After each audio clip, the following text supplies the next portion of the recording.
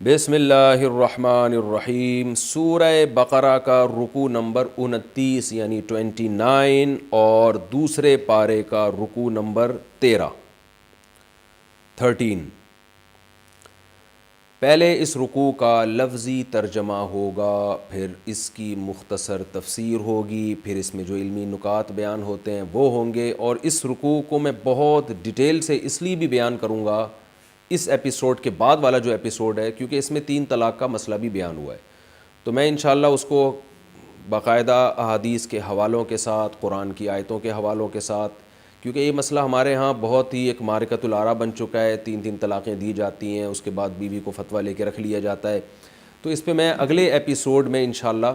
بہت ڈیٹیل سے بیان کروں گا کہ اس مسئلے کی شرعی حیثیت ہے کیا۔ اکٹھی اگر کسی نے ایک مجلس میں 3 طلاقیں دے دی ہیں تو قرآن و سنت کی روشنی میں وہ کتنی طلاقیں ہوتی ہیں، پورے دلائل سے انشاءاللہ میں اس کو تفصیل سے ریکارڈ کرواؤں گا۔ ابھی تو صرف ہم اس رکوع کی مختصر، اس کا پہلے لفظی ترجمہ ہوگا، مختصر گرامر ہوگی، اور پھر اس کی مختصر تفسیر ہوگی، اور پھر انشاءاللہ اگلے ایپیسوڈ میں ہم اس کی یہ جو پہلا ہی مسئلہ اس میں 3 طلاقوں کا ہے وہ میں انشاءاللہ ڈیٹیل سے بیان کروں گا۔ الطلاق مرتان، اعوذ باللہ من الشیطان الرجیم، بسم اللہ الرحمن الرحیم۔ الطلاق مرتان، لفظی ترجمہ ہوگا پہلے اس کا، طلاق 2 مرتبہ ہے۔ فَإِمْسَاكٌ، فا کا معنی تو، امساک کا معنی روکنا، یہ ورب ہے، مصدر ہے، افعال کے وزن پر، اکرام کے وزن پر۔ فَإِمْسَاكٌ، پس روک لینا ہے، بِمَعْرُوفٍ، بھلے طریقے سے، عمدہ، معروف کا مطلب اچھا، عمدہ طریقے سے روک لینا ہے، او یا پھر تسریح، چھوڑ دینا ہے، سرح یسرح، تسریحا کا معنی ہوتا ہے چھوڑ دینا، آزاد کر دینا، او تسریح، یہ باب تفعیل سے ہے، تسبیح کی طرح، او تسریح، یا چھوڑ دینا ہے، بِإِحْسَان، بہت ہی اچھے طریقے سے۔ احسان کسی بھی عمل کو بہت عمدہ کرنا، اس کو احسان کہتے ہیں، کئی بار بتا چکا ہوں، یعنی بہت ہی اچھے طریقے سے رخصت کرنا ہے۔ ہم تسریح کا مطلب رخصت کرنا سے جو ہے نا، یہ زیادہ مناسب ہے۔ وَلَا يَحِلُّ لَكُمْ، اور حلال نہیں ہے، لکم تمہارے لیے، ان یہ بات، تأخذو کہ تم اخذ کر لو، تم لے لو، مما، مما اصل میں تھا من ما، من کا معنی سے، ما کا معنی وہ چیز، من ما اس چیز میں سے، آتیتموہن، آتیتم تھا اصل میں، اکرمتم کی طرح، اکرمتم اکرام کیا تم نے، ضربتم کی طرح نا، تو آتیتم دیا تم نے، آتیتموہن، تمو میں واو اس لیے لگا دیا کہ جب اس کے بعد پروناؤن آتا ہے تو واو لگا دیتے ہیں، سمجھ میں آئے ٹھیک ہے، نہیں آئے تو بھی ٹھیک ہے۔ آتیتموہن، ہن وہ عورتیں، شیئن کچھ بھی، کیا مطلب ہوا؟ وَلَا يَحِلُّ لَكُمْ، تمہارے لیے حلال نہیں ہے کہ تم لے لو، مما اس چیز میں سے کچھ لے لو، آتیتموہن جو تم نے ان عورتوں کو دیا تھا، شیئن کچھ بھی، یعنی 2 طلاقوں کے بعد تم چاہو تو اچھے طریقے سے رخصت کر دو، چاہے تو اچھے طریقے سے رکھو، لیکن جو کچھ تم ان کو دے چکے ہو ان میں سے واپس کچھ بھی نہیں لے سکتے، الا سوائے اس صورت میں، ان یہ بات ہو جائے، یخافا کہ ان دونوں کو خوف ہو جائے، اصل میں تھا یخ وفا، یضربانی کی طرح، یسمعانی کی طرح، نون آخر سے حذف ہو گیا، الا ان یخافا، الا یہ کہ یہ بات ہو جائے کہ یہ دونوں یعنی میاں بیوی ان کو خوف ہو جائے، اللہ یقیمہ، اللہ اصل میں تھا ان لا یقیمہ، ان لا کو ملا کے پڑھا جاتا ہے اللہ، ان کا معنی کہ اس بات کا خوف ہو جائے، ان یعنی اس بات کا کہ لا یقیما کہ یہ دونوں قائم نہیں کریں گے، حدود اللہ، اللہ کی حدود کو، یقیما اصل میں تھا یقویمانی، یکریمانی کی طرح، آخر سے نون حذف ہو گیا تو یقویما بنا، پھر یقیما بن گیا، واو ہے نا تو وہ میں نے کہا اس کی شکل چینج ہو جاتی ہے، یعنی اس بات کا خوف ہو دونوں کو کہ وہ دونوں اللہ کی حدود کو قائم نہیں رکھ سکتے۔ فَإِنْ خِفْتُمْ، اب آگے اس کی ڈیٹیل بیان ہو رہی ہے، فَإِنْ پس اگر، خفتم تمہیں خوف ہو، خفتم اصل میں تھا خوفتم، سمعتم کی طرح، اگر تمہیں خوف ہو جائے، اللہ، اللہ پہ پھر وہی ہے، ان الگ تھا، لا الگ، اس بات کا خوف ہو جائے، لا یقیما حدود اللہ کہ یہ دونوں اللہ کی حدود پر قائم نہیں رہ سکتے، تو پھر کرنا کیا ہے؟ فلا جناح علیہما، تو کوئی گناہ نہیں ہے، کوئی حرج نہیں ہے، علیہما ان دونوں پر، جناح حرج کو کہتے ہیں، اس میں کوئی حرج نہیں ہے ان دونوں کے اوپر، فی ما اس چیز کے بارے میں، یہ لفظی ترجمہ خوب اچھی طرح سے سمجھیں اس کو، تو میاں بیوی پہ کوئی حرج نہیں ہے، فی ما اس رقم کے بارے میں، ما سے مراد وہ چیز اور چیز سے مراد پیسے ہیں، جیسے کہ آگے آ رہا ہے، کوئی حرج نہیں ہے میاں بیوی میں، فی ما اس رقم کے بارے میں، فی ما یعنی اس چیز میں کوئی حرج نہیں ہے، افتدت بھی، افتدت کو سمجھیں، فدیہ کا لفظ آپ نے سنا ہوگا، فدیہ کسے کہتے ہیں کہ جان چھڑانا کچھ پیسے دے کے یا کوئی کام کر کے اپنی جان چھڑا دینا، جیسے ہم کہتے ہیں بھئی روزوں کا یہ فدیہ ہے، بیمار آدمی اگر روزہ نہ رکھ سکے اور موت تک روزہ نہ رکھ سکے تو اس کا یہ فدیہ ہے، کیا مطلب، وہ یہ کام کرے گا، غریب کو 2 ٹائم کا کھانا کھلائے گا یا صدقہ فطر کے برابر رقم دے گا تو قیامت میں اس کی جان چھوٹ جائے گی، یعنی روزے کا گناہ اس کو نہیں ملے گا۔ تو فدیہ کا کیا مطلب ہوتا ہے کہ کچھ پیسے دے کے جان چھڑانا۔ قیدی جو گرفتار ہو جاتے ہیں جنگوں میں، ان کو بھی ہم یہ کہتے ہیں بھئی فدیہ دے کے ان کو چھڑایا گیا ہے، یعنی اس قیدی کا معاوضہ دیا گیا اور اس کی جان چھڑا دی گئی ہے۔ تو یہ جو ہے نا فدیہ، یہ اس معنی میں استعمال ہوتا ہے کہ آپ کسی چیز میں پھنسے ہوئے ہیں تو پیسے دے کے اپنے آپ کو آپ بچا لیتے ہیں، تو اپنی جان چھڑا لیتے ہیں۔ تو اس لیے اللہ نے فرمایا کوئی گناہ نہیں ہے میاں بیوی پر، فی دیکھیں میں آپ کو ایک بات بتاتا ہوں، اگر آپ یہ تفسیر کے لیکچر تمیز سے سن لیں آپ لوگ اور بہت اہتمام کے ساتھ ڈائری لے کے بیٹھا کریں اور قرآن سامنے رکھ کر سنیں، آپ انشاءاللہ اللہ آپ کو بہت علم عطا کرے گا اور آپ بہت سے مسائل میں انشاءاللہ چیمپئن بن جائیں گے، قرآن آپ کو بہت اچھی طرح انشاءاللہ سمجھ میں آئے گا، آپ یعنی یوں سمجھیں کہ ایک متوسط درجے کے عالم کی انشاءاللہ فہرست میں داخل ہو جائیں گے، تو یہ اس لیے اس کو ہلکا نہ سمجھیں۔ تو اللہ تعالیٰ نے ارشاد فرمایا فی ما اس چیز کے بارے میں کوئی حرج نہیں ہے میاں بیوی میں، کیا، افتدت بھی، افتدت یہ فدیہ سے نکلا ہے، اصل میں تھا افتدیت، اکتسبت کی طرح ہوتا ہے نا، اکتسبا اکتسبا اکتسبو اکتسبت، اکتسبہ کا معنی اس نے کمایا، اکتسبت کا معنی اس عورت نے کمایا، تو افتدیت تھا اصل میں، افتدیت، اس کو پڑھا جاتا ہے افتدت، تو افتدت کا مطلب عورت نے فدیہ دیا، اس کا معنی کیا ہوگا، عورت نے فدیہ دیا نہیں بلکہ افتدا کا معنی ہوتا ہے فدیہ دے کے جان چھڑانا، یعنی عورت نے اپنی جان چھڑائی ہو، اپنے آپ کو آزاد کیا ہو، افتدت بھی جس رقم کے ذریعے، بھی بی کا معنی ذریعے، ہی کا معنی وہ چیز سے مراد ہے ماں، یعنی قرآن میں اللہ کا ارشاد ہے نا فی ما اس چیز کے بارے میں دونوں پہ کوئی گناہ نہیں ہے، افتدت بھی جس چیز کے ذریعے عورت اپنی جان چھڑائے، افتدت کا معنی فدیہ دے کے جان چھڑائے۔ تو اب اس آیت کا لفظی ترجمہ دوبارہ سمجھیں، میں چاہتا ہوں یہ آپ کی دماغ میں اچھی طرح سے بیٹھ جائے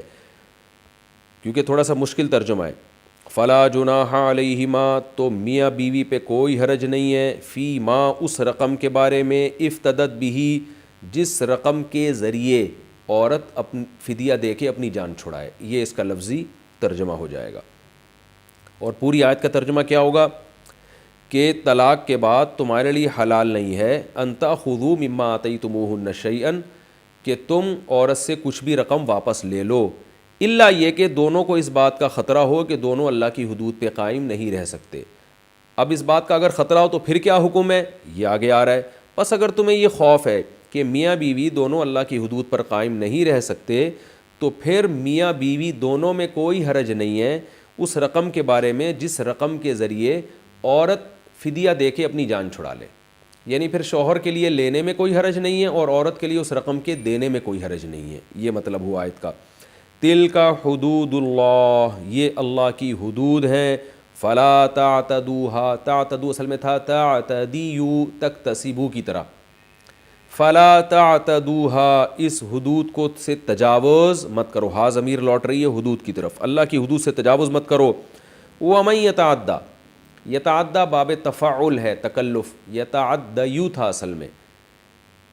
یتکلفو کی طرح، ومن یتعدی اور جو شخص بھی تجاوز کرتا ہے حدود اللہ اللہ کی حدود سے، فَأُولَٰئِكَ هُمُ الظَّالِمُونَ، پس یہی لوگ ہیں ظالم لوگ، اللہ کی حدود کو توڑنے والے۔ فَإِن، پس اگر، طَلَّقَهَا، میں نے بتایا تھا طَلَّقَ يُطَلِّقُ تطلیقاً، اس کا معنی ہوتا ہے کسی کو آزاد کر دینا، تو مراد یہاں ڈیورس ہے، طلاق ہے، کہ طلاق دے دینا، عرب میں یہ اس معنی میں استعمال ہوتا ہے۔ اور طلاق جو ہے نا باب تفعیل کا مصدر ہے تطلیق، باب تفعیل جو ہے نا، جو تطلیق، اس کا مصدر فعال کے وزن پر بھی آتا ہے۔ اس کی میں نے آپ کو جب گرامر پڑھائی تھی شروع کے 8 لیکچروں میں، اس میں نے یہ بتایا تھا آپ کو۔ تو طلاق بمعنی تطلیق ہے، کیونکہ باب تفعیل کا مصدر فعال کے وزن پر بھی آتا ہے۔ فَإِن طَلَّقَهَا، پس اگر، طلقا سبحہ کی طرح، اس نے طلاق دے دی، ہا، اس عورت کو، یعنی تیسری کی بات چل رہی ہے، 2 کا ذکر تو ہو چکا۔ اگر مرد نے اپنی زوجہ کو تیسری طلاق دے دی، فلا تحل، تو یہ عورت حلال نہیں ہے۔ حل یحل، اصل میں تھا حلل یحلل، تو تحل یہ مؤنث کا صیغہ ہے، وہ عورت حلال نہیں ہے، لہو، اس مرد کے لیے، یعنی طلاق دینے والے کے لیے، من بعدو، اس کے بعد، بعدو کا معنی ہوتا ہے اس پروسیس کے بعد، تیسری طلاق کے بعد یہ حلال نہیں ہے، حتیٰ، یہاں تک کہ، تنکیحا، نکاحا ینکحو کا معنی ہوتا ہے نکاح کرنا، یہاں تک کہ وہ عورت نکاح کر لے، زوجن، شوہر سے، غیرہو، اس کے علاوہ، یعنی پہلے شوہر کے علاوہ کسی اور شوہر سے نکاح کر لے۔ اس کو شوہر اس لیے کہا گیا ہے کہ بعض دفعہ ایک چیز بننے والی ہوتی ہے نا، تو اس کو بھی شوہر کا اطلاق کر دیا جاتا ہے، ظاہر ہے وہ بھی شوہر بنا تو نہیں ہے لیکن بعد میں شوہر بن جائے گا، تو اس کو کہتے ہیں ما یعول الیہ کے اعتبار سے، گاڑا لفظ ہے، مشکل ہوگی آپ کے لیے سمجھنا۔ اس کی مثال ایسے ہے جیسے ہم کہتے ہیں من قتل قتیلا، جس نے بھی مقتول کو قتل کیا تو اس کو یہ سزا ملے گی۔ اب مقتول کو تھوڑی قتل کیا جاتا ہے، قتل تو اس کو کیا جاتا ہے جو زندہ ہو، جب قتل کریں گے تو مقتول بنے گا نا وہ، لیکن عرب میں اس کو کہہ دیا جاتا ہے، اردو میں بھی، انگلش میں بھی، ہر زبان میں، کہ جو کام ہونے ہی والا ہے نا تو اس کو وہ نام پہلے ہی دے دیا جاتا ہے۔ تو ہم یہ کہتے ہیں بھائی مقتول کو کس نے قتل کیا ہے، تو مقتول کو نہیں، قتل تو زندہ آدمی کو کیا ہوتا ہے، بعد میں مقتول بنا ہوتا ہے، لیکن چونکہ بعد میں بن گیا نا وہ، تو اس لیے اس کو پہلے ہی مقتول کا نام دے دیا۔ تو یہاں بھی ایسا ہی ہے کہ قرآن اصل میں یہ بتا رہا ہے کہ یہ عورت رجلن غیرہ، نکاح کر لے، تنکیحا رجلن، کسی مرد سے جو غیرہ، جو پہلے کے علاوہ ہو، لیکن قرآن نے اس کو زوج کے لفظ سے تعبیر کیا کیونکہ وہ نکاح کرے گی تو شوہر بن جائے گا۔ یہاں تک کہ وہ عورت نکاح کر لے، زوجن غیرہ، کسی شوہر سے جو پہلے کے علاوہ ہو۔ فَإِن طَلَّقَهَا، پس اگر طلاق دے دے، یعنی یہ دوسرا شوہر، ہاں، اس عورت کو، فلا جناح علیہما، تو کوئی حرج نہیں ہے، علیہما، ان دونوں پر، یعنی پرانے والے اور نئی پرانے والے شوہر اور اس عورت، ان دونوں پر کوئی گناہ نہیں ہے، ان، اس بات میں، یتراجعا، یتراجع اصل میں تھا باب تفاعل، تراجع، ایک دوسرے سے رجوع کرنا، ایک تو ہوتا ہے رجع، رجع کا معنی تو رجوع کرنا، ایک ہوتا ہے تراجع، باب تفاعل، تضارب کی طرح، اس کا معنی ہوتا ہے ایک دوسرے سے رجوع کرنا۔ تو ان یتراجعا، کہ یہ دونوں ایک دوسرے سے رجوع کر لیں، یعنی دوبارہ نکاح کر لیں، ان، اگر، ظنا، ظنا اصل میں تھا ظننا، ضربا کی طرح، ضرب ضربا ہے نا، ضربا کا معنی اس نے مارا، ضربا ان دونوں نے مارا، تو ظنا اصل میں تھا ظننا، اور پھر ظننا، ظننا کا معنی گمان کیا اسے ایک نے، ظننا ان دونوں نے گمان کیا، تو ظننا کو پڑھا جاتا ہے ظننا۔ تو ان ظننا، اگر یہ دونوں گمان کریں، یعنی میاں بیوی، پرانا والا میاں اور یہ پرانی اس کی جو بیوی ہے، ان دونوں کو یہ گمان ہو جائے، غالب گمان ہو، ان یقیما، کہ یہ دونوں قائم رکھیں گے اللہ کی حدود کو، یعنی دوبارہ یہ شادی کی ان کو اس صورت میں اجازت ہے کہ ان کو یہ غالب گمان ہو کہ اب یہ تمیز سے زندگی گزاریں گے۔ وَتِلْكَ حُدُودُ اللَّهِ، یہ اللہ کی حدود ہیں، اللہ کے ایک قوانین ہیں۔ حدود کا مطلب ہوتا ہے ایک لمٹ ہے، اس سے باہر تمہیں نکلنے کی اجازت نہیں ہے، اسی لمٹ کے اندر رہ کے تم نے زندگی گزارنی ہے۔ یُبَيِّنُهَا، بَيَّنَ یُبَيِّنُ تَبْیِینًا، اس کا معنی ہوتا ہے کھول کھول کے بیان کرنا۔ یُبَيِّنُهَا، اللہ ان حدود کو کھول کھول کے بیان کرتا ہے، لِقَوْمٍ، ایسی قوم کے لیے، ایسے لوگوں کے لیے، یعلمون، جو جانتے ہیں، جو اللہ کے حکام کی ویلیو کو جانتے ہیں، جو اللہ کے حکام پر عمل اگر نہیں کیا جائے تو پھر اس کی انجام کو جانتے ہیں، تو جاننے والے لوگوں کے لیے اللہ بیان کرتا ہے۔ وَإِذَا، اور جب، طَلَّقْتُمْ، سبحتم کی طرح، مردوں سے خطاب ہے، اور جب تم طلاق دو النساء عورتوں کو، فا بلغنا، فا کا معنی تو بلغنا ضربنا کی طرح، ضربا ضربا ضربو ضرب ضربتا ضربنا، مارا ان سب عورتوں نے، تو بلغنا پہنچ جائیں وہ سب عورتیں، بلغا کا معنی پہنچنا، بالغ ہونا، اسی وجہ سے بالغ ہے نا کہ اپنی ایک جوانی کو پہنچ جاتا ہے انسان، فبلغنا وہ عورتیں پہنچ جائیں اجلہن اپنی اجل کو، اپنی اجل کہتے ہیں متعین وقت، مقررہ ٹائم، وہ ہر ایک کے لحاظ سے الگ ہوتا ہے، موت کو بھی اجل کہا جاتا ہے اس لیے کہ ایک مقررہ ٹائم پر آ جاتی ہے وہ، تو یہاں عورت کی عدت کا وقت ہے کہ جب وہ اپنی عدت کے وقت کو پہنچ جائیں، اپنی اجل سے مراد ہے کہ وہ جو ان کا ٹائم ہے جس میں وہ کہیں اور نکاح نہیں کر سکتی، اس ٹائم کو وہ پہنچ جائیں، فَأَمْسِكُوهُنَّ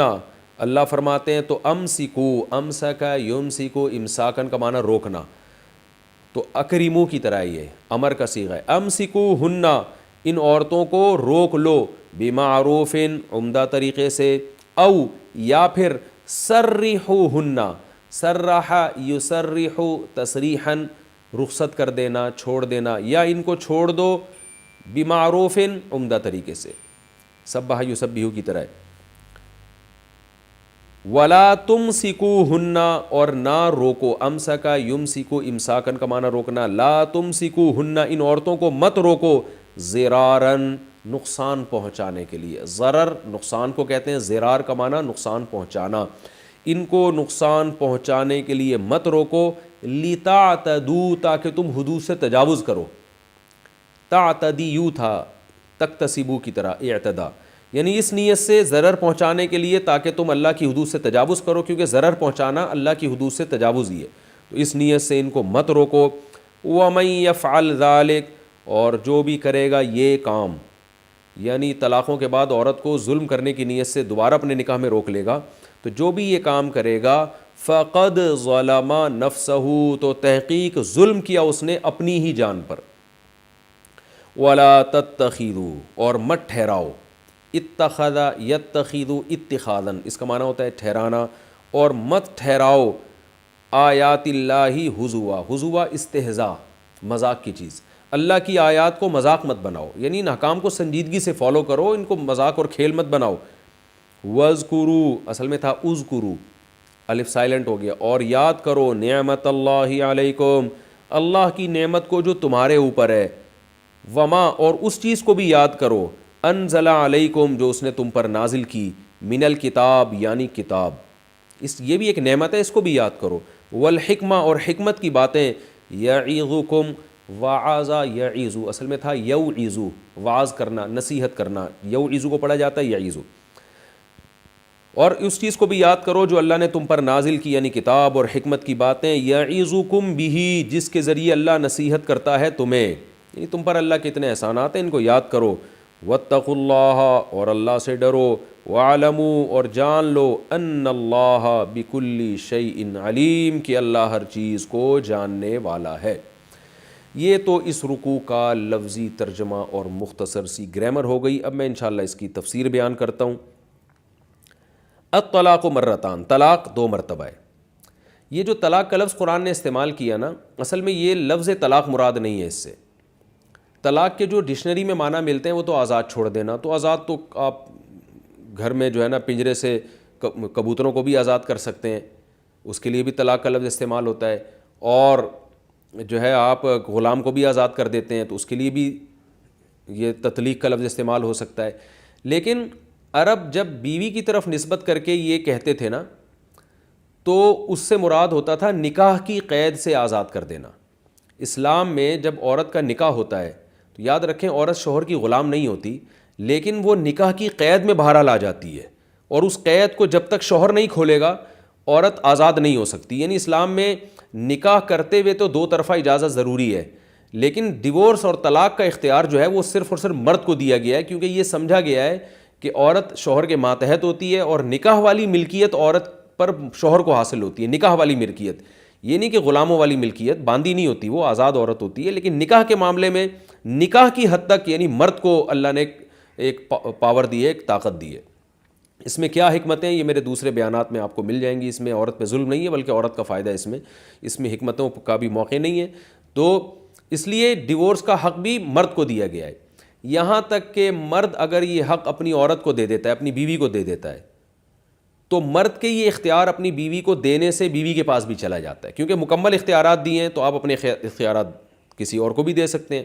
مثال کے طور پر ایک آدمی اپنی زوجہ کو یوں کہتا ہے کہ میں نے تمہیں 1 مہینے کے لیے طلاق کا اختیار دیا ہے, تو عورت کے پاس بھی اختیار چلا جائے گا. اگر مرد کسی اور آدمی کو دے دے کہ میری بیوی کو طلاق دینے کا میں نے آپ کو اختیار دیا ہے, چاہے وہ محدود ہو یا لامحدود ہو, تو دونوں صورتوں میں اس کے پاس بھی اختیار چلا جائے گا. لیکن اس صورت میں بھی جب عورت کو شوہر جب طلاق کا, ڈیورس کا اختیار دے گا, تو عورت شوہر کو طلاق نہیں دے گی. یاد رکھیں, یہ جو غیر مسلموں میں یہ ہے نا کہ بیوی نے شوہر کو طلاق دے دی, یہ اسلام میں نہیں ہے. بیوی شوہر کو طلاق نہیں دے سکتی, وہ دے گی پھر بھی اپنے آپ کو ہی. یعنی شوہر جب بیوی کو دے گا, کہے گا کہ میں نے تمہیں ڈیورس کا اختیار دیا, تو پھر عورت کے الفاظ یہ نہیں ہوں گے کہ میں نے آپ کو ڈیورس دی, بلکہ یہ ہوگی میں نے اپنے آپ کو ڈیورس دے دی.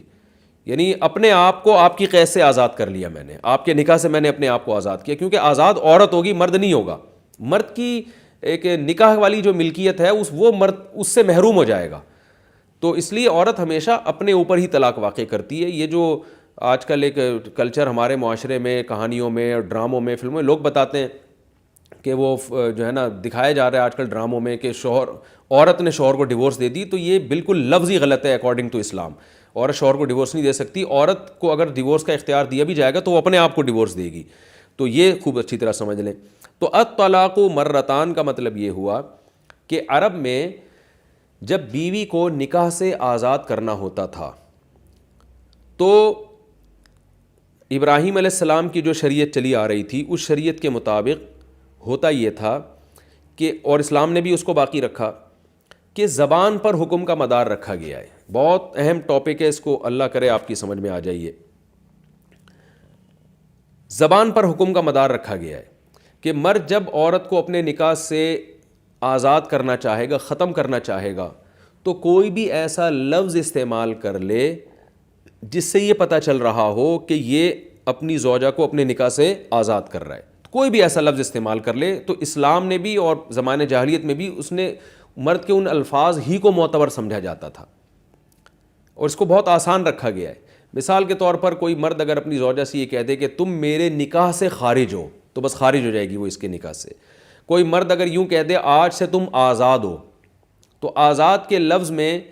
تو بہت سارے احتمالات ہیں. اگر مرد کی نیت یہ تھی کہ نکاح سے آزاد ہو, تو نکاح سے آزاد ہو جائے گی. کوئی یوں کہہ دے کہ تم مجھ پر حرام ہو, اور نیت اس کی یہ ہوتی تھی کہ حرام سے میری مراد ہے کہ جیسے اجنبی عورت مجھ پہ حرام ہے تو تم بھی اجنبی بن گئی ہو, تو بھی نکاح سے خارج ہو جائے گی. یعنی کچھ الفاظ تو ایسے ہیں جن میں نیت کی ضرورت ہے, کچھ میں نیت کی ضرورت نہیں ہے. تو یہ اصل اسلام کا بھی فلسفہ ہے, اور زمانے جاہلیت میں جو ابراہیم علیہ السلام کی شریعت چلی آ رہی تھی وہ بھی یہی تھی کہ مرد جن الفاظ سے بھی چاہے اپنی بیوی کو اپنے نکاح سے خارج کر سکتا ہے, بشرطے کہ ان الفاظ کا جو مفہوم ہے اس مفہوم میں نکاح سے آزادی کا مفہوم آ رہا ہو, یعنی اس کا معنی بھی یہ بنتا ہو. مثلا کوئی شخص اگر اپنی زوجہ سے کہہ دے کہ تو بڑی نالائق ہے, اور بعد میں کہے میں نے جو یہ نالائق کہا نا تو میری نیت طلاق کی تھی, تو طلاق واقع نہیں ہوگی, اس لیے کہ نالائق کے لفظ میں تو کوئی نکاح سے آزادی والا کوئی عنصر پایا ہی نہیں جاتا نا. تو کوئی بھی گالی دینے سے یا کوئی برا بھلا کہنے سے نہیں ہوگی. یعنی ایسے الفاظ استعمال کرے جن سے یہ پتہ چل رہا ہو کہ یہ اس عورت کو اپنے نکاح سے نکالنا چاہتا ہے. تو ایسے الفاظ کسی بھی زبان میں ہو, انگلش میں ہو, پشتو میں ہو, پنجابی میں ہو, سندھی میں ہو, تو اسلام نے انہی الفاظ کا اعتبار کیا ہے. اس لیے اسلام میں صرف عربی میں طلاق نہیں ہوتی, اردو میں بھی ہوتی ہے, فارسی میں بھی ہوتی ہے, انگلش میں بھی ڈیورس کا لفظ ہے اس سے ہو جاتی ہے. تو اب یہ خوب اچھی طرح سمجھیں کہ جیسے ہمارے ہاں بعض الفاظ بعض میننگ کے لیے خاص ہو جاتے ہیں, اصل میں تو وہ خاص معنی کے لیے نہیں تھے, لیکن ان کا استعمال اتنا ہونے لگتا ہے کہ پھر وہ اسی معنی میں استعمال ہوتے ہیں. تو ایسے ہی طلاق کا جو اصل لفظ تھا وہ تو تھا کہ آزادی, لیکن عرب نے اس لفظ کو جب بیوی کے لیے استعمال کرتے تھے تو ان کی مراد یہ ہوتی تھی کہ اس کو نکاح سے خارج کرنا. بالکل جیسے انگلش میں ڈیورس کا لفظ جب بیوی کے لیے استعمال ہوتا ہے تو اس سے مراد نکاح ختم کرنے کے علاوہ اور کوئی مقصد نہیں ہوتا, یعنی اس کا کوئی اور مطلب ہے ہی نہیں عرف میں. تو ایسے ہی عرب میں جو طلاق کا جو لفظ تھا نا, طلاق کا لفظ وہ اسی معنی میں استعمال ہونے لگا کہ جب بھی زوجہ کو اپنی وائف کو نکاح سے انہوں نے خارج کرنا ہے تو وہ طلاق ہی کا لفظ استعمال کرتے تھے. تو اب شریعت نے یہ کیا کہ شریعت نے ایک اصول بنایا ہے کہ کسی زبان میں کوئی لفظ اگر ایسا ہے جو نکاح ختم کرنے کے علاوہ کسی اور میننگ میں استعمال ہی نہیں ہو رہا، تو شریعت بھی پھر یہ کہتی ہے کہ اب اس لفظ سے نکاح ہی ختم ہوگا. اس میں اگر شوہر کہتا ہے کہ میری نیت کچھ اور تھی تو اس کی نیت کا اعتبار نہیں ہوگا. جیسے آج اگر بیوی کو کوئی کہتا ہے تمہیں طلاق ہے، اور جب اس سے پوچھا جائے کہ تم نے تو طلاق دے دی، وہ کہتے ہیں بھائی طلاق کے جو ڈکشنری میں معنی ہے وہ تو آزاد کرنا ہے. تو میرا مقصد یہ تھا کہ میں اپنی زوجہ کو کام کاج سے آزاد کرنا چاہتا ہوں، تو کام کاج سے آزادی کے لیے میں نے یہ طلاق کا لفظ استعمال کیا ہے، تو اس کی بات مانی نہیں جائے گی، اس لیے کہ عرف میں طلاق کا مطلب بیوی کو اب نکاح سے آزاد کرنا ہی ہوتا ہے اگر بیوی کی طرف نسبت کر کے کہا جائے یہ لفظ. تو ہر زبان میں، پشتو میں، سندھی میں، پنجابی میں، کوئی بھی ایسا لفظ جو بیوی کے لیے جب استعمال ہو تو اس سے مراد نکاح ختم کرنا ہی مراد لیا جاتا ان کے عرف میں، ان کے کلچر میں. تو ایسے الفاظ کو صریح طلاق کہا جاتا ہے، یعنی صریح الفاظ کہا جاتا ہے. یہ وہ صریح الفاظ ہیں جس میں نیت کی ضرورت نہیں ہے. اگر کوئی یہ کہتا ہے کہ میری نیت ڈیورس دینے کی نہیں تھی، طلاق کی نہیں تھی، تو شریعت اس کو کالعدم قرار دیتی ہے. مفتی بھی نہیں مانے گا، اب اس کی بیوی بھی نہیں مانے گی، سب یہی کہیں گے بھائی، کیونکہ عرف میں یہ لفظ اسی معنی میں استعمال ہوتا ہے. یہ ایسے ہی جیسے آپ کسی کو بول دیں گدھا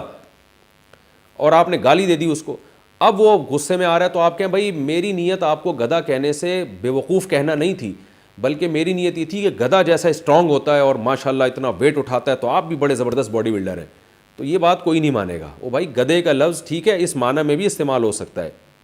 یعنی آپ کی رائے میں، لیکن عرف میں یہ معنی نہیں ہے. لغت عرف کو دیکھتی ہے، لغت لوگوں کے کلچر کو دیکھتی ہے کہ لوگ کس ورڈ کو کس معنی میں استعمال کر رہے ہیں. تو اسلام بھی یہی دیکھتا ہے کہ جو لفظ جس معنی میں، جس قوم میں، جس معنی کے لیے استعمال ہوا ہے، اسلام بھی یہ کہتا ہے یہ اسی معنی میں، اسلام بھی اس کو اسی معنی میں مانے گا.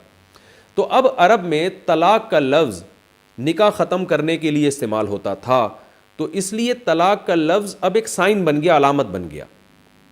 تو اب یہ خوب اچھی طرح سمجھیں. اب یہ جو الفاظ ہیں نا قرآن کے، الطلاق مرتان، طلاقیں 2 مرتبہ ہیں، فامساکم بمعروف، اس کے بعد عمدہ طریقے سے روک لینا ہے، او تسریح باحسان، یہ اچھے طریقے سے رخصت کر دینا ہے. تو اس آیت کا مطلب یہ ہرگز نہیں ہے کہ طلاق کا لفظ 2 مرتبہ، بلکہ طلاق چونکہ صریح لفظ تھا اور نکاح ختم کرنے کے معنی میں استعمال ہوتا تھا، لہذا ہم اس لفظ کا جو حقیقت میں ترجمہ کریں گے وہ یہ ہوگا الطلاق مرتان. کیا مطلب؟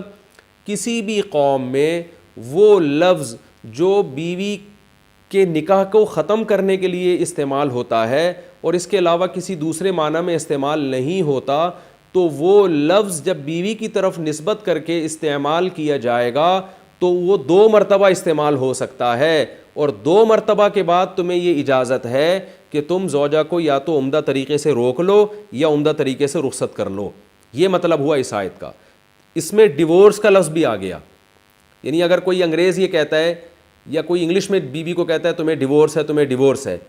اب کوئی یہ کہے کہ قرآن میں تو آتا ہے 2 دفعہ طلاق کے بعد رجوع کا حق حاصل ہے، ڈیورس کا لفظ تو قرآن میں نہیں ہے، تو ہم کہیں گے یہ طلاق کا لفظ ایک لفظ نہیں، ایک سائن، ایک علامت ہے. یہ ایک اصول ہے کہ عرب میں چونکہ یہ طلاق کا لفظ ہی طلاق کے معنی میں استعمال ہوتا تھا، تو قرآن طلاق کے لفظ کو فوکس نہیں کر رہا،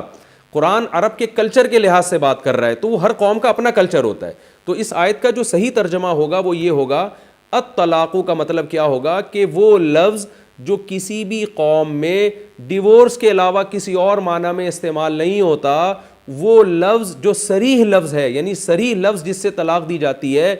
وہ لفظ تم 2 دفعہ استعمال کر سکتے ہو. 2 دفعہ کے بعد تمہیں یہ رائٹ ہوگا کہ تم روک لو یا رخصت کر لو. پتہ یہ چلا کہ اگر صریح لفظ سے طلاق نہیں دی ہے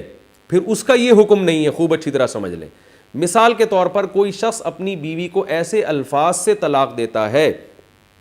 جس میں طلاق کا معنی بھی پایا جاتا ہے اور کسی اور چیز کا معنی بھی پایا جاتا ہے، تو پھر اس کا یہ حکم نہیں ہے. مثلا اگر کوئی شخص اپنی زوجہ کو یہ کہتا ہے تم میری طرف سے فارغ ہو، اب فارغ کا لفظ میں تو بہت سارے احتمالات ہیں، بھئی تم کام کاج سے فارغ ہو، یا تمہاری کھوپڑی بھی نہیں ہے، تم دماغ سے فارغ ہو، یا تم ویسے ہی فارغ ہو، میں تمہیں کچھ بھی نہیں سمجھاؤں گا. اور یہ بھی نیت ہو سکتی ہے کہ تم میری طرف سے فارغ ہو کا مطلب ختم ہمارا نکاح آپس میں. تو یہ لفظ طلاق کا نہیں ہے، یاد رکھیں، یعنی صریح طلاق نہیں ہے، کیونکہ یہ لفظ اردو زبان میں بہت ساری میننگ میں استعمال ہوتا ہے. تو یاد رکھیں اس کا کیا حکم ہے، قرآن میں یہاں یہ اس کا حکم بیان نہیں کیا گیا ہے. تو اس پر تقریباً فقہاء کا اجماع ہے کہ اگر اس کو کہتے ہیں کنایا الفاظ، کنایا، تو کنایا الفاظ سے اگر کسی شخص نے زوجہ کو ڈیورس دی ہے تو اس میں یہ نہیں ہے کہ 2 دفعہ کے بعد تمہیں رجوع کا حق ہے، بلکہ 1 دفعہ میں ہی نکاح ختم ہو جاتا ہے، اور یہ ہمیں احادیث سے پتہ چلتا ہے 1 دفعہ میں۔ وجہ اس کی یہ کہ فارغ کا جو لفظ ہے وہ لفظ پر ہم عمل کریں گے، اور وہ لفظ کے یعنی اس سے وہ یہ کہہ رہے ہیں میری مراد تھی کہ نکاح ختم، تو جب آپ کی مراد اس سے نکاح ختم کرنے کی تھی، اور فارغ کا مطلب مکمل فارغ ہو، تو مکمل فارغ عورت جبھی ہوتی ہے جب مرد کو رجوع کا حق حاصل نہ ہو۔ تو گویا مرد نے اپنے رجوع کے حق کو خود ہی ختم کر دیا، خود ہی اس نے کہہ دیا مجھے رجوع کا حق حاصل نہیں ہے کیونکہ تم مکمل آزاد ہو چکی ہو، تو اس میں 1 طلاق واقع ہوگی اور نکاح اسی وقت ختم ہو جائے گا۔ پھر یہ جو ہے کہ امساکم بمعروف او تسریحم باحسان، یہ والا قاعدہ یہاں نہیں چلے گا، کیونکہ قرآن جو حکم بیان کر رہا ہے وہ صریح طلاق کے بارے میں بیان کر رہا ہے، وہ کنایا کے بارے میں بیان نہیں کر رہا۔ کنایا کے حکم کیا ہے وہ فقہا نے اس کی جو ہے نا ڈیٹیل دوسرے مقام پہ بیان کیا، وہ احادیث سے ہمیں پتہ چلتا ہے۔ جیسے آپ صلی اللہ علیہ وسلم نے اپنی زوجہ سے کہا تھا الحقی باہلکی، ایک نکاح ہوا تھا تو آپ کی زوجہ نے آپ کو پسند نہیں کیا، پہلی رات میں یا انہوں نے آپ صلی اللہ علیہ وسلم کو اندازہ ہو گیا کہ اس نکاح پہ راضی نہیں ہے، تو آپ نے حکم دیا کہ الحقی باہلکی، جاؤ اپنے گھر چلی جاؤ، اور گھر چلی جانے سے آپ کی مراد یہ تھی کہ نکاح میں ختم کر رہا ہوں، تو یہ کنایا کے الفاظ تھے، اسی وقت ڈیورس ہو گئی تھی، اسی وقت 1 طلاق بائن واقع ہو گئی تھی۔ تو کوئی اس طرح کے الفاظ استعمال کرتا ہے۔ تو اب میں دوبارہ اصل ٹاپک کی طرف آتا ہوں۔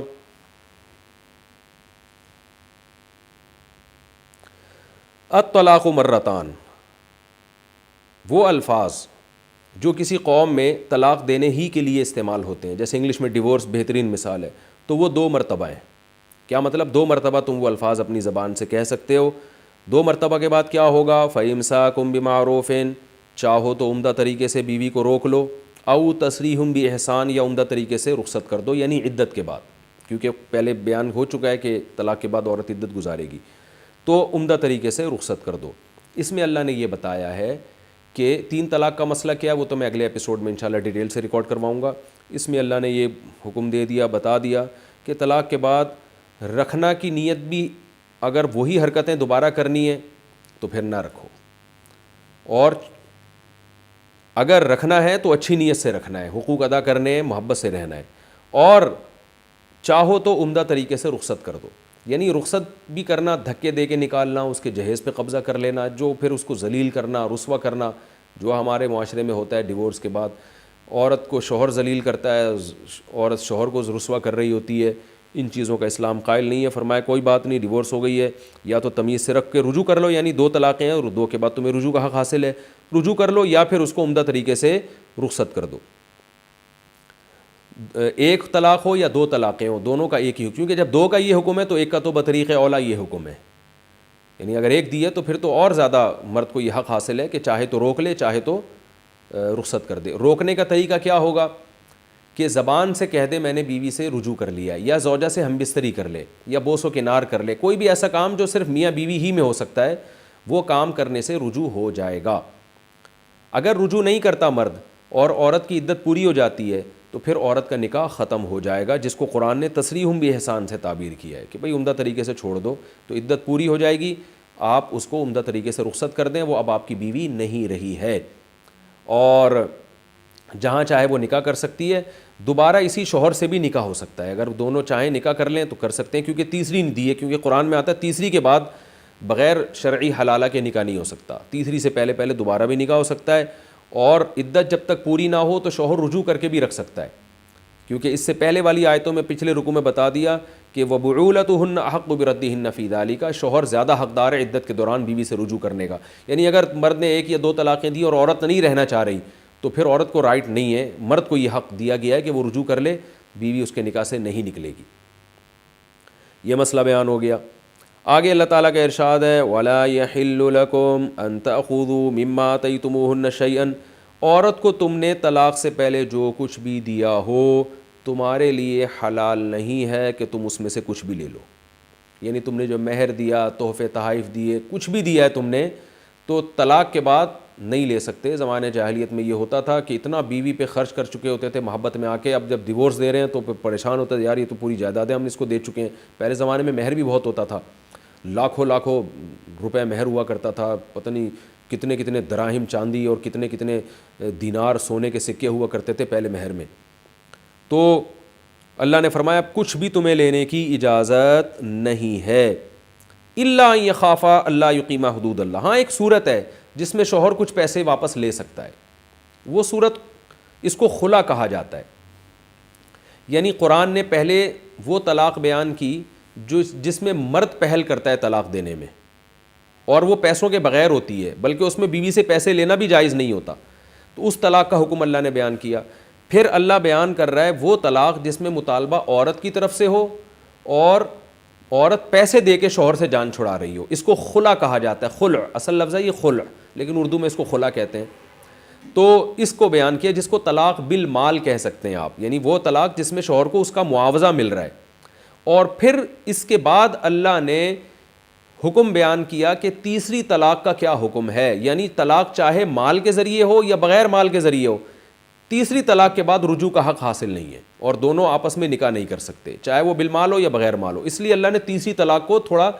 یعنی خلا کے بعد ذکر کیا ہے, کیونکہ تیسری طلاق میں خلا والی طلاق بھی آ گئی اور وہ طلاق بھی آ گئی جو مال کے بغیر ہوتی ہے, جس میں شوہر خود سے طلاق دے رہا ہوتا ہے بغیر عورت کے مطالبے کے. تو اس لیے تیسری کو اللہ نے تھوڑا تاخیر سے ذکر کیا تاکہ اس میں دونوں قسم کی طلاقوں کا حکم آ جائے کہ تیسری طلاق کسی بھی صورت میں ہوگی, چاہے خلا کے ذریعے ہو یا بغیر خلا کے ذریعے ہو, تیسری کے بعد شوہر اور بیوی آپس میں دوبارہ نکاح نہیں کر سکتے. یہ حکمت ہے اس ترتیب میں. تو اللہ نے فرمایا کہ تمہارے لیے حلال نہیں ہے کہ تم عورت سے کوئی بھی رقم واپس لو الا یہ کہ دونوں اللہ کی حدود پر قائم نہ رہ سکیں. فَإِنْ خِفْتُمْ أَلَّا يُقِيمَا حُدُودَ اللَّهِ, اگر تمہیں اس بات کا خوف ہو. تمہیں سے کون مراد ہے؟ تمہیں سے حکمران بھی مراد ہو سکتے ہیں, میاں بیوی کے اہل خانہ بھی مراد ہو سکتے ہیں. یعنی خاندان والوں کو اگر یہ خطرہ ہے کہ یہ میاں بیوی نہیں بیٹھ رہے, اور اولین مخاطب اس کا حکمران ہے یعنی عدالتیں, اگر حدود پہ قائم نہیں رہ سکتے تو پھر ان کے لیے جائز ہے کہ یہ عدالت میں جائیں. اور پھر اللہ عدالت سے خطاب کر رہے ہیں کیونکہ خلا اکثر عدالت کے ذریعے ہوتا ہے. وجہ اس کی یہ ہے کہ عورت جب شوہر سے ڈیورس کا مطالبہ کرتی ہے تو شوہر اس میں دلچسپی نہیں لیتا, اس کی بات کو سنجیدگی سے نہیں لیتا. تو اس لیے ایسے موقع پہ عدالت درمیان میں پڑتی ہے اور وہ شوہر کو نوٹس دے کے بلاتی ہے کہ آپ کی بیوی آپ سے طلاق کا مطالبہ کر رہی ہے, تاکہ شوہر اس نوٹس کو سنجیدگی سے لے اور شوہر کو یہ تحفظ ہو کہ میں اگر مہر واپس لوں گا تو مجھے ملے گا, کیونکہ عدالت انوالو ہوئی ہے. ورنہ اس بات کا بھی امکان ہوتا ہے کہ میاں نے طلاق دے دی اور بیگم پھر مہر لے کے غائب ہو جائے. تو اس لیے اللہ نے حکمرانوں کو خطاب کیا. حکمران اگر نہ ہو تو پھر قوم کے جو با اثر لوگ ہیں, علماء ہیں, وہ اس میں داخل ہیں. اللہ فرماتے ہیں فَإِنْ خِفْتُمْ, اگر تمہیں اس بات کا خوف ہو, یعنی اے مسلمانوں تمہیں اس بات کا خوف ہو, اللہ یقیما حدود اللہ, کہ یہ دونوں اللہ کی حدود پر قائم نہیں رہ سکتے, تو پھر کیا کرنا ہے؟ فلا جناح علیہما, تو پھر میاں بیوی پہ کوئی گناہ نہیں ہے, فی مفتدت بھی, اس رقم کے بارے میں جس رقم کو فدیے کے طور پر دے کے عورت اپنی جان چھڑائے. یعنی شوہر کے لیے وہ رقم قبول کرنا اور بیوی کے لیے وہ رقم شوہر کے حوالے کرنا یہ جائز ہے. اس کو خلا کہا جاتا ہے کہ عورت فدیہ دے کے اپنی جان چھڑائے. تو اس میں چند باتیں خوب اچھی طرح ذہن میں رکھیں کہ یاد رکھیں خلا جو ہے نا ایک ایگریمنٹ ہے, اور ایگریمنٹ ہمیشہ دو طرفہ ہوتا ہے, دونوں کی رضا سے ہوتا ہے. جیسے فدیہ جو ہے نا, فدیہ ایک ایگریمنٹ ہے. مثال کے طور پر اللہ نے ہمیں حکم دیا کہ اگر تم بیمار ہو اور موت تک تم روزے رکھ ہی نہیں سکتے رمضان کے, تو تم فدیہ دو تو روزے معاف ہو جائیں گے. تو یہ ایگریمنٹ ہے نا بندے اور اللہ کے درمیان, یہاں دونوں طرف کی رضا ضروری ہے. میں فدیہ دینے پہ راضی ہوں اور اللہ اس فدیہ کو قبول کرنے پر راضی ہو. اگر اللہ فدیہ قبول نہیں کرتا تو پھر خود سے ہم فدیہ کا حکم نہیں بیان کر سکتے تھے. اگر اللہ قرآن میں یہ بیان نہ کرتا کہ رمضان کے روزوں کا فدیہ بھی ہے, تو پھر روزوں کا فدیہ نہیں ہوتا, کیونکہ کسی کی بھی سزا جو معاف کی جاتی ہے تو وہ جانبین کے ایگریمنٹ کے ذریعے ہوتی ہے, پھر جان چھڑائی جاتی ہے. یہی وجہ ہے کہ جن عبادتوں میں فدیہ نہیں ہے, قرآن نے ذکر نہیں کیا, ان میں فدیہ دینے سے فدیہ ادا نہیں ہوتا. مثال کے طور پر آپ نے کیا کیا کہ جی وہ آپ سے کوئی اور شریعت کا حکم چھوٹ گیا, کوئی اور عبادت چھوٹ گئی آپ سے, تو اب آپ کہیں کہ جی اس کا فدیہ ادا کر لوں گا تو عبادت ہو جائے گی. ایسا نہیں ہو سکتا, وہ فدیہ دینے سے وہ عبادت نہیں ہوتی. ہاں ایک سوال پیدا ہوتا ہے کہ نماز کے فدیے کا تو قرآن و حدیث میں ذکر نہیں ہے, تو پھر فقہا نے نماز کے فدیے کا ذکر کیوں کیا ہے؟ اس کا جواب یہ ہے کہ فقہا نے یہ کیا ہے کہ کہا کہ جب قرآن نے روزے کے فدیے کا حکم دیا ہے تو نماز چونکہ روزے سے بھی زیادہ اہم ہے, تو اللہ کی رحمت سے امید کی جا سکتی ہے کہ وہ قیامت کے دن اس فدیے کو قبول کر لے گا. تو یہ امید کا لفظ فقہا نے استعمال کیا اس کے لیے, یہ امید کا لفظ اس کی علامت ہے کہ فقہا کو بھی اس پر 100% اطمینان نہیں ہے کہ یہ قبول بھی ہوگا کہ نہیں ہوگا، لیکن انہوں نے کہا ہے کہ کیونکہ نماز کی اہمیت روزے سے زیادہ ہے تو نماز کو ایک قسم کا گویا کہ قیاس کیا گیا ہے روزے پر، کہ بھئی جب وہ فدیے سے ہو رہا ہے تو نماز بغیر فدیے کے آپ کیسے اتنی ساری نمازیں، یعنی اصل تو یہ کہ قضا پڑھیں، قضا نہیں پڑھ سکے، بیمار ہو گئے یا ٹائم نہیں ملا، تو پھر امید کی جا سکتی ہے کہ شاید اللہ اس کا فدیہ قبول کر لے۔ تو روزے کے بارے میں فقہا یقینی طور پر بیان کرتے ہیں اور نماز کے بارے میں یقینی بیان نہیں کرتے۔ وجہ اس کی یہ کہ ایگریمنٹ ہے، جب تک دونوں طرف سے رضا نہیں ہوگی تو یہ نہیں ہوگا۔ تو اسی طرح یاد رکھیں خلا بھی ایک ایگریمنٹ ہے، جب تک میاں بیوی دونوں راضی نہیں ہوں گے خلا نہیں ہو سکتا، کیونکہ شوہر رقم لینے پر راضی بھی ہو جائے کہ ٹھیک ہے میں رقم مجھے منظور ہے میں لیتا ہوں اور اس کے بدلے میں تمہیں ڈیورس دیتا ہوں۔ اور اس کی دلیل ایک تو فدیے کا لفظ ہے جو قرآن میں افتدا فدیے کو کہتے ہیں، تو فدیہ کا لفظ صادقی جب ہی آتا ہے جب دونوں طرف سے رضا ہو۔ جیسے قیدی جب چھوٹ رہے ہوتے ہیں نا جیل سے، تو جو جیل سے قیدیوں کو چھوڑنے والے ہیں وہ بھی تو اس فدیہ لینے پہ راضی ہوتے ہیں، ایگریمنٹ ہوتا ہے باقاعدہ دونوں طرف سے کہ ٹھیک ہے ہم آپ کے قیدی کو چھوڑ دیں گے، اتنے پیسے لیں گے ہم، وہ بھی یک طرفہ نہیں ہوتا معاملہ وہاں بھی۔ تو فدیے کا لفظ ہی خود بتا رہا ہے کہ یہ ایگریمنٹ ہے، تو قرآن کے لفظ سے بھی پتہ چلتا ہے